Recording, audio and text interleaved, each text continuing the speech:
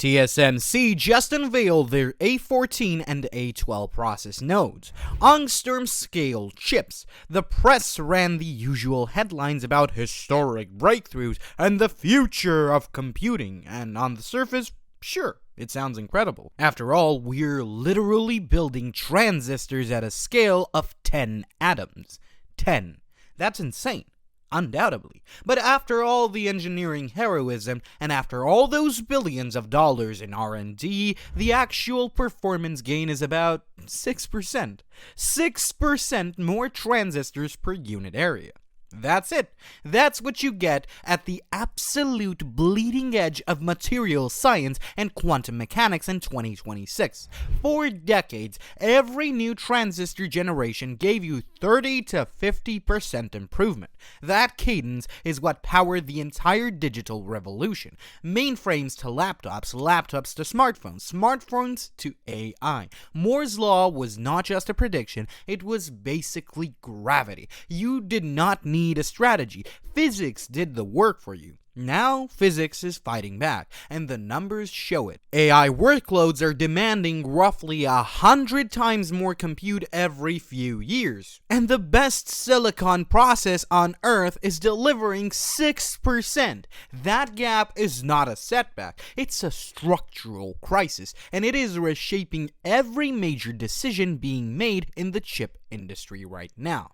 Now, to understand what TSMC is actually doing, you need to understand why the transistor itself had to change. The transistor architecture that powered most of the last decade is called FinFET. The gate, which is the control element that switches current on and off, wraps around the channel from 3 sides. 3 sides was enough for a long time. Then, it was not. At single-digit nanometer dimensions, electrons start misbehaving in ways that would have been theoretical problems 10 years ago. They tunnel through barriers they are not supposed to cross. The gate loses control, the transistor leaks, and the transistor that leaks is not just inefficient, it's unreliable. You cannot build a processor out of components that behave randomly. So, the industry moved to gate-all-around, or GAA architecture. Instead of a one fin, you split the channel into multiple horizon nanosheets, and you wrap the gate around all of them. The electric field now completely surrounds the channel. Current flows when it should, and stops when it should not. It is the same basic physics, just geometrically tighter. Intel calls their version RibbonFET. TSMC calls their version nanosheet, but the concept is basically the same. This is very exciting progress. GAA gives chip designers more precise control at smaller dimensions than FinFET ever could, but it buys time. It doesn't resurrect the old Moore's Law growth rate, which means the real innovation has to happen somewhere else in the stack. Now, here's what I think TSMC's strategy becomes genuinely brilliant, even if it sounds counterintuitive at first.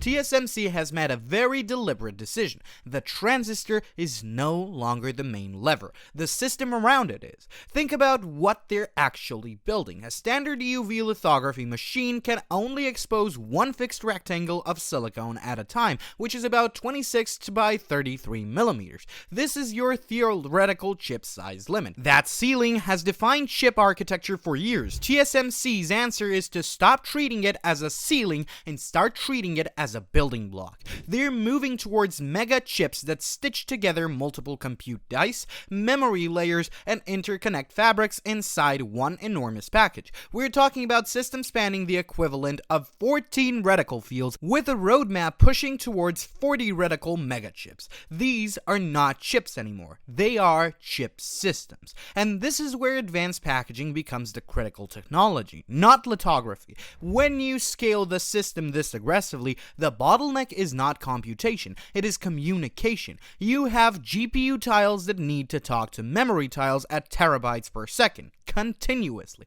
Traditional copper wiring cannot keep up at that bandwidth without generating catastrophic heat. So, the architecture of the interconnect fabric becomes as important as the transistor density itself. TSMC has also making a pointed bet on their existing EUV tools rather than rushing to adopt ASML's next-generation High-NA EUV machines. High-NA costs roughly $400 million per unit and offers better resolution, but it runs slower, and every wafer becomes more expensive and more sensitive to process variation. TSMC looked at that trade-off and said, no, not yet. Instead, they're pushing multi-patterning techniques on their current EUV tools, splitting complex patterns into multiple simpler exposures to achieve smaller features without the throughput penalty. That decision says everything about TSMC's philosophy. They're not chasing the most aggressive technology. They're optimizing what they can actually ship at scale, millions of wafers a month with industry-leading yield. Execution is the product. That is exactly what I find so impressive about them. Being right matters. Shipping reliably matters more. Now cross the Pacific and land in Hillsboro, Oregon, at Intel's D1X development facility, because what Intel is doing is a completely different animal. Where TSMC is reorganizing the system around physics, start with lithography. Intel has already installed High-NA EUV machines and is actively integrating them into process development for 18A and beyond. While TSMC passes for now, Intel is betting that they can figure out the manufacturing recipe to make High-NA work at scale across thousands of wafers a day at cost structure customers can accept. That alone is an enormous technical challenge. They're also incorporating directed self-assembly, a process where specifically engineered copolymer materials literally self-organize into patterns with heat is applied. You are combining chemistry and physics in the same lithography flow. Think of it as a Lego set that assembles itself. It can push pattern resolution further and lower the cost of advanced lithography, but it is extraordinarily difficult to control consistently. Intel is betting they can crack it. Then comes their backside power delivery architecture. For decades, power and signal routing shared the same side of the silicon wafer. As density increased, they started competing for space. Intel's answer is to physically separate them. Signals on the front, power delivery from the back. In theory, this is cleaner. In practice, it means processing both sides of a 300mm wafer with nanometer scale precision and alignment. Process complexity explodes, but the potential upside is real performance and density gains that you simply cannot get any other way. And then, because apparently this was not ambitious enough, they're integrating co-packaged optics. Instead of moving data between chips through copper, they're building optical links directly adjacent to the silicon, using light instead of electrons for chip-to-chip communication.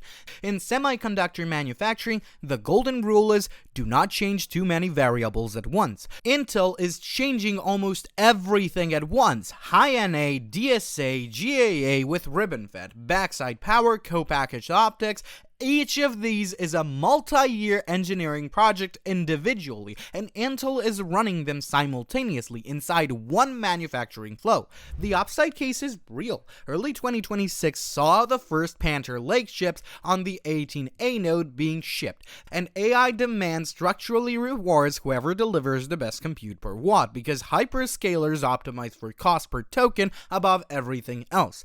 If Intel's technology stack works at scale, they do not just compete with TSMC. They leapfrog them on metrics that actually matter to the biggest buyers on the planet. TSMC is building a bigger city. Intel is trying to invent a better brick. And both strategies make complete sense given who each company actually is. TSMC's entire identity is built around being the most reliable manufacturing partner in the world. Their capacity at advanced nodes is sold out years in advance. Nvidia, Apple, AMD, every major fabless company routes their most critical product through TSMC because TSMC delivers. Certainty is most certainly the product. The Terafab project, connecting Intel's manufacturing expertise with Tesla, SpaceX, and xAI's capital and urgency. If TSMC's capacity stays constrained while AI demand accelerates, that window is real. But here's the uncomfortable truth I keep coming back to.